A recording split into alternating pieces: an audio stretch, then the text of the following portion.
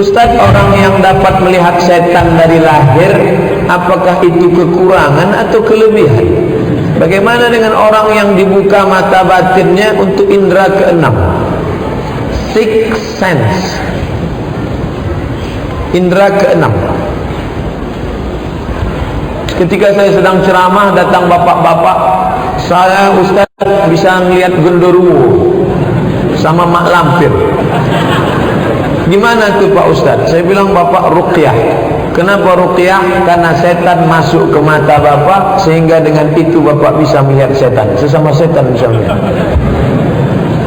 Jamaah 2 datang, anaknya bisa melihat setan di foto. Foto-foto di rumah saya itu katanya setan bergelantungan. Anaknya nangis terus. Ruqyah anak Bapak. Ketika anak yang satu di ruqyah, setan pindah ke anak kedua. Di ruqyah lagi, hilang. Setan masuk ke dalam. Bagaimana dengan para ulama yang bisa melihat? Kasyaf namanya. Tirai.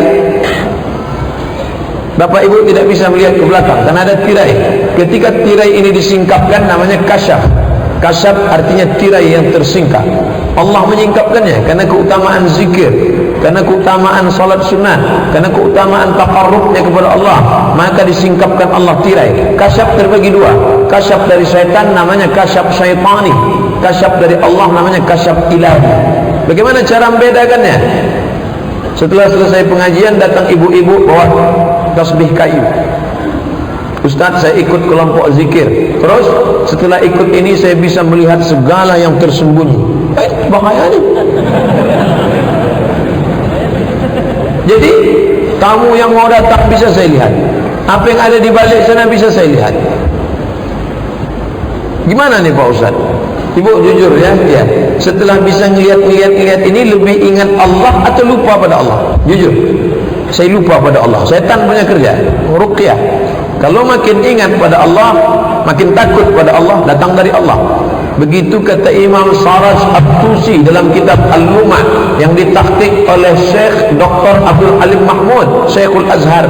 Kalau engkau masuk ke dalam hutan, tiba-tiba pokok kayu dan burung-burung mengucapkan salam kepadamu. Saya pergi ke hutan camping, adik-adik camping, tiba-tiba datang burung dan pokok kayu.